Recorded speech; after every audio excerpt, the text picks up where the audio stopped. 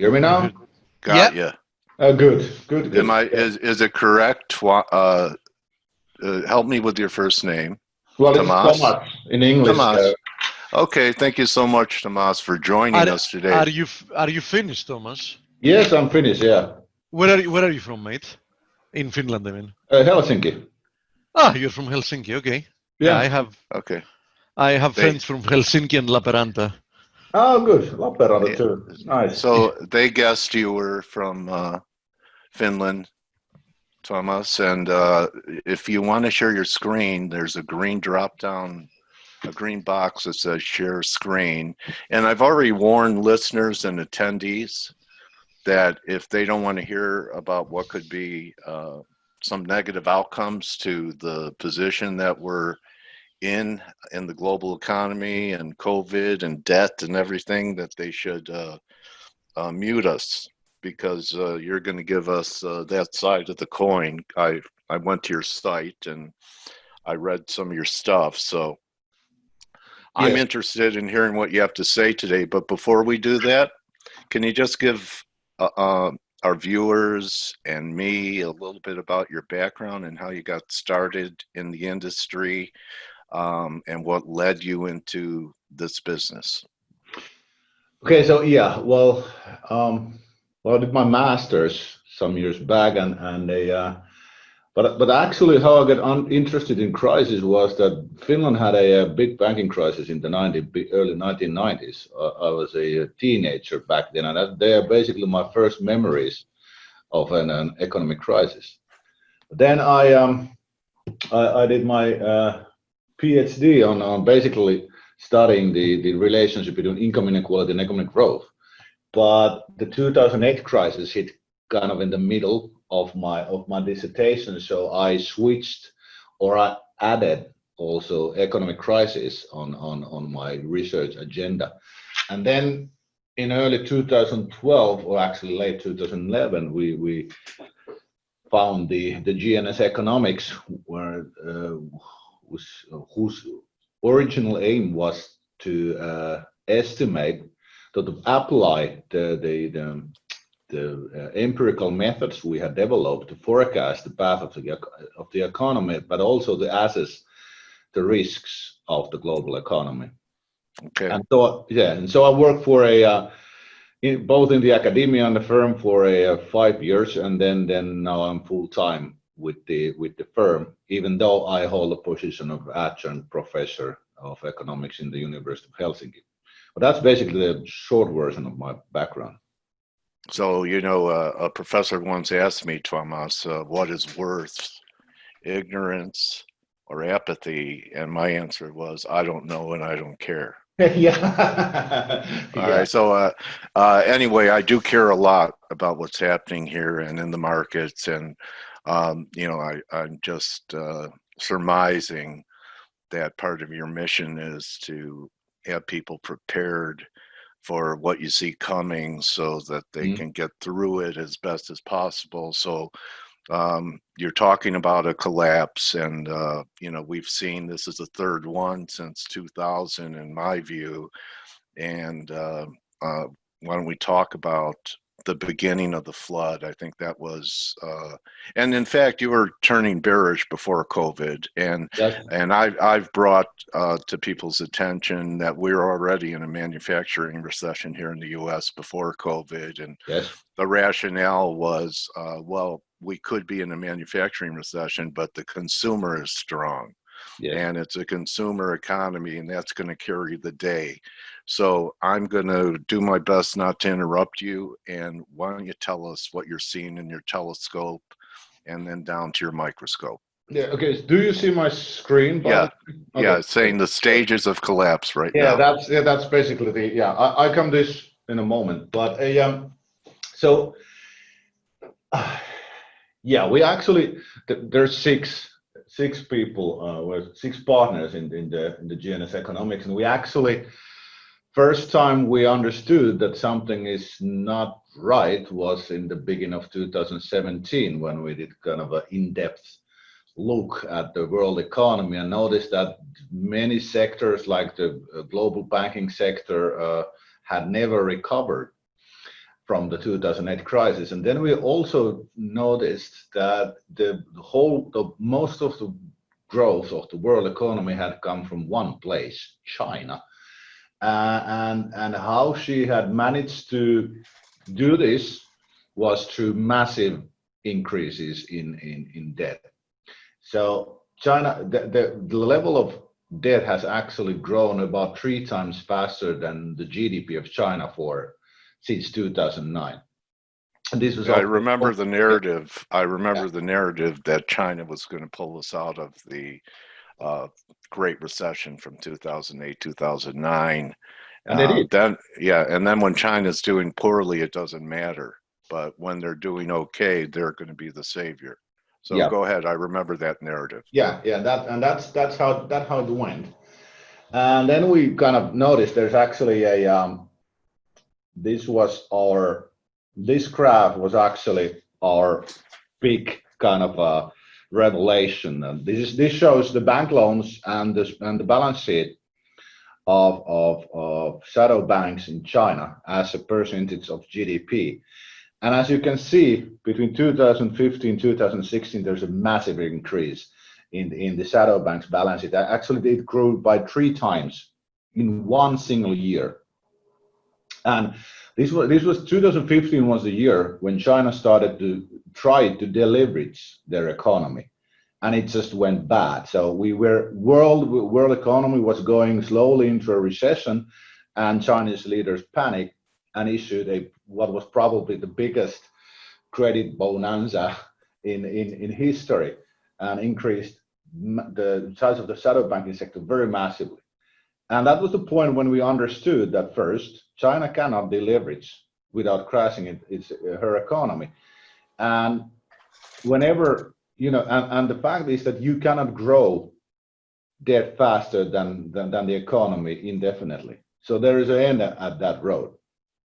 And China has been very, very innovative of, pushing the kind of the boundaries of that for very long. But if you look at the graph, the situation is just desperate in China. There is it's impossible for them to kind of recover from this. The levels of debt are just so high. And there's actually, I could actually take you to a let me remember what would be a good. Where did most of that credit go in the shadow banking system? I remember seeing photographs of ghost cities in China. It went all kinds of those things. There was this the Corona Wars, the end of Chinese miracle. This is something I just wanted to show you. Well, actually, most of the debt was issued by the local governments and the government-sponsored enterprises. And it went to them. Well, when the infrastructure projects, housing, all that kind of stuff. And what it did is that, well, this is interesting also, the figure, but what it did, it basically, Chinese economy, the productivity growth of Chinese economies flagged in 2012 and actually started to decline. So the productivity has been declining for 8 years or 7 years. And it makes absolutely no sense in an economy which is growing. GDP is growing. The productivity should not fall. So what happened is that China pushed the debt into the economy, but it went to less and less productive investments. And of course, when you have less and less productive investments, your ability to pay back the debt declines all the time. So that's a problem. Let's just say this is kind of a technical figure, but this is if you can see, there's the GDP per capita, credit to GDP ratios, and financial crisis. So there's the Asian financial crisis, then there's the Japanese financial crisis, Finnish banking crisis, and the US financial crash, which is also the global financial crisis. And as you can see, compared to the level of GDP per capita, China's debt ratios are really high, and this does not include the shadow banking sector. Okay. So that's the kind of the foundation of the whole problems we have. But then we naturally have the the problems in the financial sector. And we actually consider that the new global financial crisis started on the 16th of September in 2019 when the repo markets in the US blew up. So that's where everything got started. But then Fed managed to hold that together, and now then came to the coronavirus hit the world economy in February and March, and it was like in the middle of March the utter collapse of the capital markets was basically in the horizon, but yet the Fed and the governments across the world were managed to kind of sustain the financial markets, the highly leveraged financial markets. How much time did the Fed buy us, Tuomas? Till fall, and I'll get to that. Okay. So, and this is what happened. So you got the onset, then there was the counterattack. We envisaged these 5 stages of the crisis in December 2019 before the corona. So, but okay, then there was the counterattack. This is the balance sheet of the Fed. We haven't updated it to the latest figures, but it has been really massive. And then we kind of the biggest problem now is twofold. First, there are definitely bankruptcies on the pipeline in the US and in Europe too. And this is the part of the collapse we call as the flood. So it's a flood of corporate bankruptcies. And we see it slowly gaining pace in the US during the summer, hitting in the fall. And but the biggest threat actually to the global economy and the US economy and financial market actually lies in the banking sector of Europe. So, interesting. Okay. Yeah, because you were talking about I think, don't we have an ECB meeting this week? But you talk about August 8th as being a very important date for Europe. Well, that was the first date, but that's kind of I'll get to that too. Okay. But the fact is that the European banking sector has been mishandled from 2009 onwards. So we have very many zombified banks. The profitability of banks is very low. There is very high levels of debt in our corporations, and the balance sheets of our banks are, especially the southern and the Middle European banks, is filled with the toxic assets. And the thing is that everything has been kept afloat by pushing massive amounts of liquidity into the banking sector. But the problem is that there is of course, a limit. How long can you keep banks afloat with that? And now with the corona crisis has hit especially hard the Italian banking sector, which we expect to be the kind of the ground zero of the new global banking crisis. And the non-performing loans, which just mean loans that the governments cannot, the customers cannot pay back, is going to increase quite heavily even now, and as we speak, basically, all through the fall. And it's just we consider that the fall, sometime during the fall, it's impossible to say which month, but at some point during the fall, the European banking crisis will start. And when it starts, it will become global really fast, because we have the biggest concentration of these global systemically important banks. So when the banking crisis here gets going, it will go global and hit the US also very fast.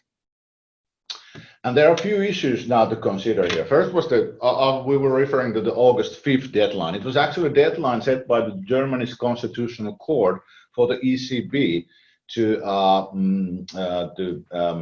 make a new statement or clarify the QE program that the ECB has been using since 2015. So they demanded that they will show it that it is proportionate, so it doesn't affect the fiscal situation of the Eurozone governments too much. And well, they let the Constitutional Court let the German Parliament as having the final say on that, and they just decided early July that we accept the response of the ECB. So that landmine kind of slide away for now. But the thing is that when we have national constitutional courts that can override the decisions of the European Court of Justice, which had already before deemed the QE program as legal. So this has the fact that the German Constitutional Court challenged the decision of the European Court of Justice, it kind of creates a situation where national parliaments and national courts can override the institutions of the EU. And this is an interesting thing with going into the future. But the bigger... Let me ask you this, with the possible outcome that you're looking for is what fiat currency is going to take it on the chin harder, US dollar or the euro? The euro, because there's the risk of a complete breakup of the Eurozone, which means that there will not be euro anymore. And the thing is now, the meeting that is now held on the 17th and 18th, when the EU leaders are trying to get together and find a solution for the Corona Fund proposed by the European Commission. It's basically a bailout package for Italy, and if for some reason that does not go through, the problems are going to multiply really fast in the Eurozone and in Italy. And the thing is that if Italy leaves the Eurozone, the ECB holds a very large chunk of her bonds. And also there are the target 2 imbalances. So Italy basically owes the rest of the Europe a lot. And if she leaves the Eurozone, she will most likely default on those.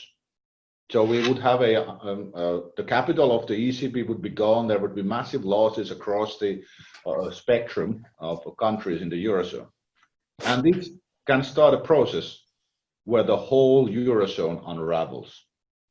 And this is a serious risk that any FX market investor needs to acknowledge, that let's say within a period of 2 to 3 years, they may not be euro anymore.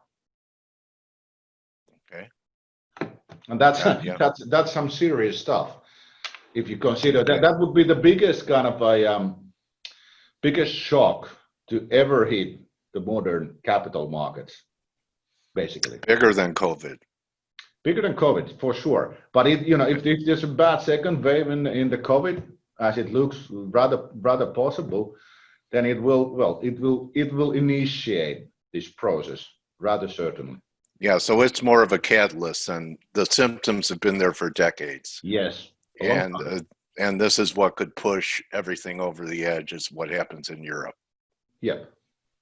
So one of our viewers says it won't happen. ECB is determined to support the euro. So what do you say to him?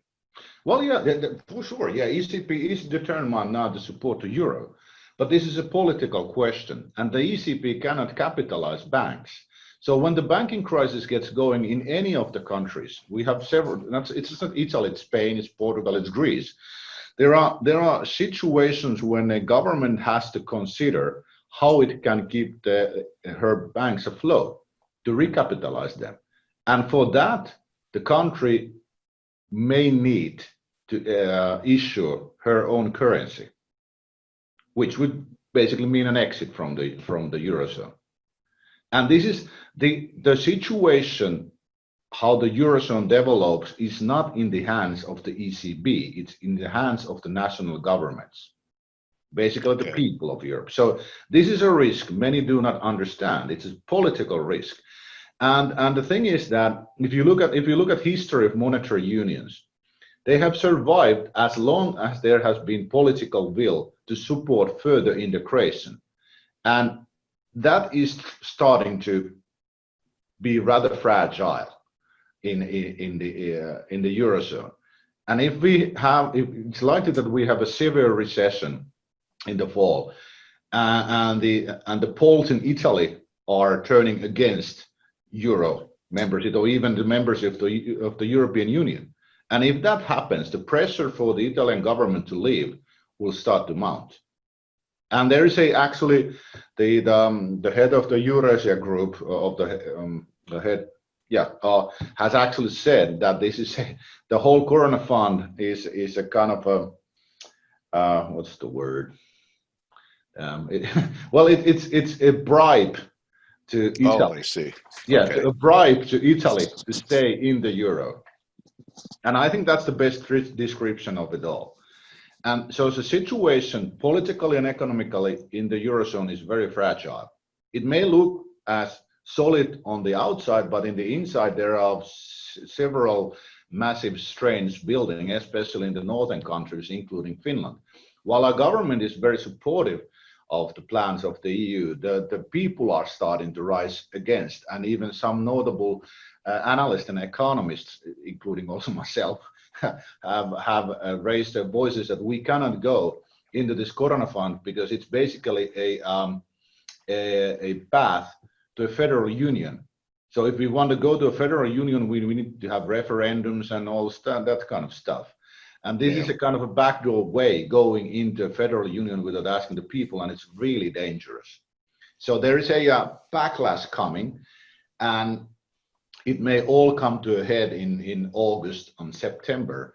And then if that would happen, Finland, if the Corona fund falls, doesn't go through, then October, November would be really interesting.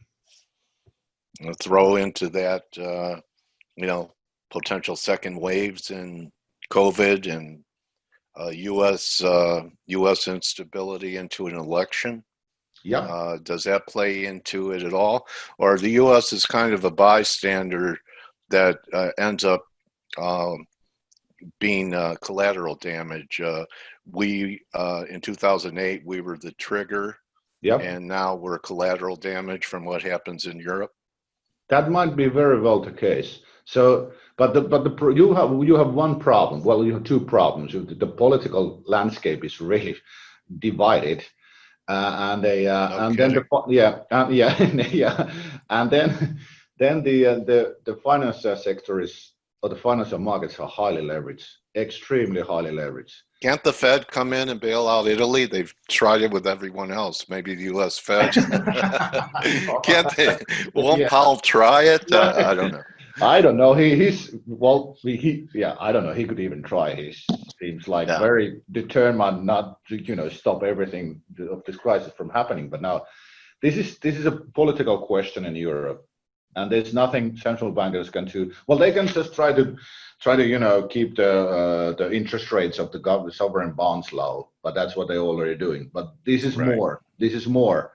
This is when the banking crisis gets going. It's a whole different ballgame.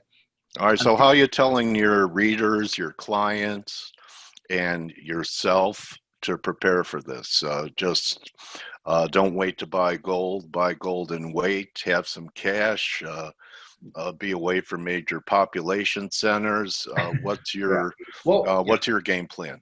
Well, we have advised our clients to look in Europe, to look both in north and the very center. So Switzerland she has always been a safe haven, but then also Nordic countries, especially Finland, are rather stable.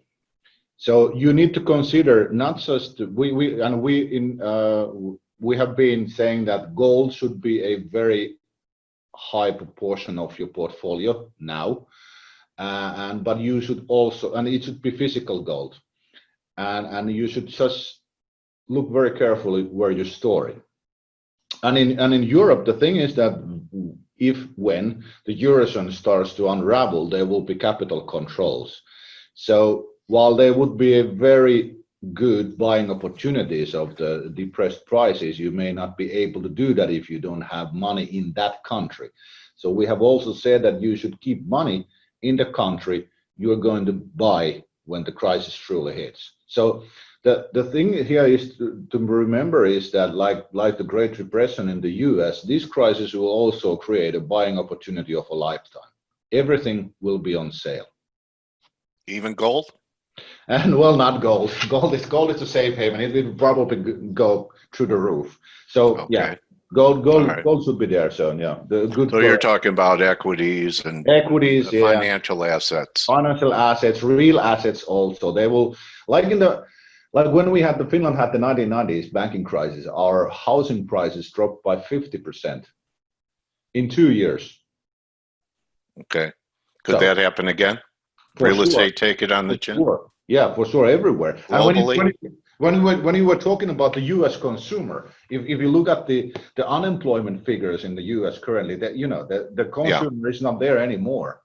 So you are in for a rough ride in the fall too, even without the European banking crisis. But the thing is that if you combine the situation, the fragile economy of China, the fragile financial markets of the US, and the fragile banking sector and the political landscape of Eurozone, you get the ingredients of a perfect storm, a complete collapse of the financial order, and that's what we are afraid of. Well, okay, will there be a reset and a new reserve currency? that could also happen. We don't know what will happen. Well, of course, the Eurozone countries will go back to their own currencies, and there might be an effort, for example, to the IMF to introduce the currency SDR, special drawing rights. Yeah, but there will be interesting propositions coming through. That's for sure. But the global elite, if you may, they will try to keep their grip at any cost. So there will be something very strange also probably being proposed. Okay, I have two more questions for you to wrap it with. Do you have a view on crypto, on Bitcoin? Yeah, the crypto and Bitcoin, they are the things of the future, but there's a problem that we don't know how good they behave in an economic crisis. Right. Is well, there we got a little liquidity? taste of it. What? We had a little preview of it in March. Yeah, that's true, and we haven't really analyzed it through. But the thing is that we worry that is there going to be enough liquidity in the crypto market, and also there is the possibility of global ban of cryptocurrency. That's unlikely, but it's still in the realms of possibility. It would just mean that cryptos would not vanish, but you couldn't use them as you couldn't buy stuff with them. They would be just okay. And let's wrap it with: do you think the UK will be in a better position because they've already exited? Yeah, definitely. Never adopted the euro. Yeah, they will be. They are the one safe haven we now consider for European customers. Or there are risks, but they are in a much more better place now than the rest of Europe. It was a pleasure talking to you, Tuomas. I really interesting. And I hear the conviction in your voice. And so we have about 3-4 months to get our house in order for the coming fall and winter, right? Yep, that's the way you should think. Okay, well, maybe we'll have you back then and see how things are unfolding sometime this fall. Yeah, so, it would be my pleasure. It was really nice talking to you. Yeah, I wish you and all your associates and readers safety and prosperity during these times. And thank you for coming to edify the F.A.C.E community today, buddy. Thanks, you too. And talk to you later. All right. Yeah. Okay. All right. Thank you, everyone. Thank you, Tuomas. And that's going to be a wrap for us. We'll see everyone tomorrow for Turnaround Tuesday. Good hunting the rest of the day. Adios. And Tuomas, thank you very much for being here today with us. And I'm going to get you scheduled for, say, October. Yeah, we should be in the middle. Good. That sounds okay. Good. Yeah, all right, buddy. Yeah. And like it or not, you're now my trading warrior brother. I'm honored. Right. I'm honored, man. Okay. Yeah. Okay. Yeah. See ya. Remember, don't just count your pips, count your blessings. We'll see everyone tomorrow. Yeah. Adios.